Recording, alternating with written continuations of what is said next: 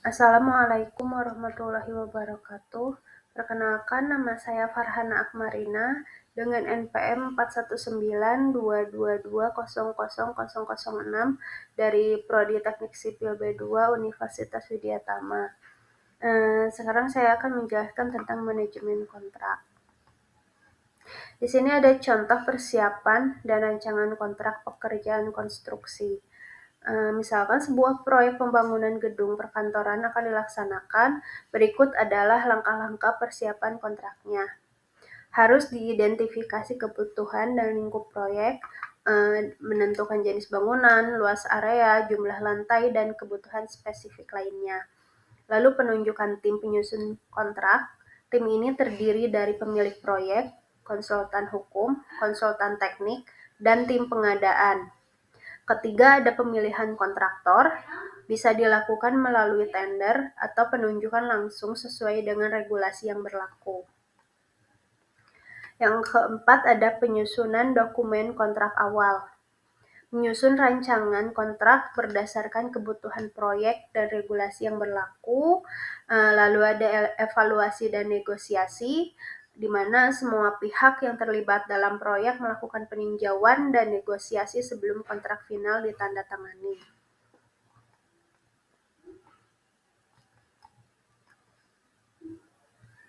Lalu ada contoh rancangan kontrak pekerjaan konstruksi, di mana contohnya adalah kontrak pekerjaan konstruksi pembangunan gedung perkantoran.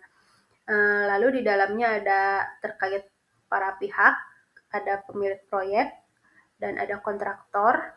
Lalu ruang lingkup pekerjaannya adalah pembangunan gedung 10 lantai dengan spesifikasi sesuai gambar teknik dan rencana anggaran biaya. Lalu ada jangka waktu pekerjaan, durasi proyek 12 bulan sejak tanggal kontrak ditandatangani. Lalu ada nilai kontrak dan cara pembayarannya, di mana tertera nilai kontrak sekian, lalu pembayaran dilakukan dalam 5 termin berdasarkan proses pengerjaan. Lalu ada hak dan kewajiban para pihak. Pemilik proyek wajib menyediakan lahan dan izin yang diperlukan. Kontraktor wajib melaksanakan pekerjaan sesuai spesifikasi teknis dan jadwal yang telah disepakati. Lalu ada jaminan dan penalti, di mana isinya kontraktor harus menyediakan jaminan pelaksanaan sebesar 5% dari nilai kontrak. Lalu jika terjadi keterlambatan, kontraktor dikenakan denda sebesar 1% dari nilai kontrak per minggu keterlambatan. Lalu ada penyelesaian sengketa. Jika terjadi sengketa, penyelesaian akan dilakukan melalui arbitrase di Badan Arbitrase Konstruksi Indonesia.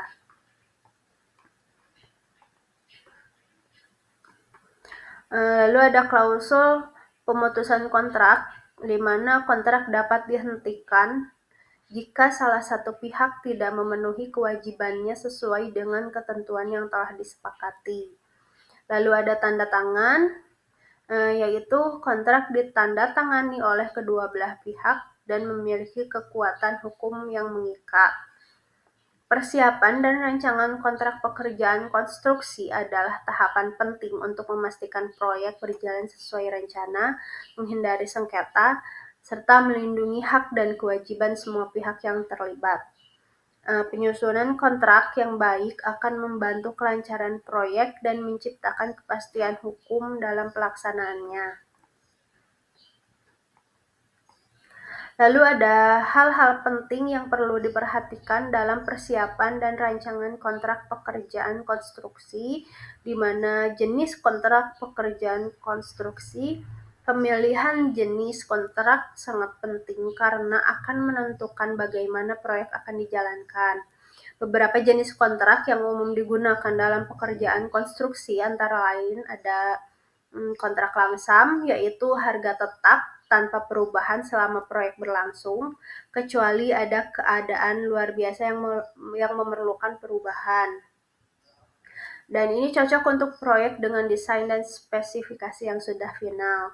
Lalu ada kontrak harga satuan, pembayaran berdasarkan volume pekerjaan yang telah selesai. Kontrak ini cocok untuk proyek yang volumenya sulit diperkirakan di awal. Lalu ada kontrak biaya plus, di mana pemilik proyek membayar seluruh biaya konstruksi ditambah dengan biaya jasa kontraktor. Cocok untuk proyek yang membutuhkan fleksibilitas tinggi dalam perubahan desain. Lalu ada kontrak tangki, kontrak bertanggung jawab penuh atas perencanaan, pelaksanaan, dan penyelesaian proyek hingga siap digunakan oleh pemilik proyek. Biasanya digunakan dalam proyek infrastruktur besar atau industri. Kontrak build, operate, transfer, kontrak membangun proyek, mengoperasikannya untuk jangka waktu tertentu, dan kemudian menyerahkannya kepada pemilik proyek. Contohnya jalan tol dan pembangkit listrik swasta. Sekian penjelasan tentang manajemen kontrak. Terima kasih. Wassalamualaikum warahmatullahi wabarakatuh.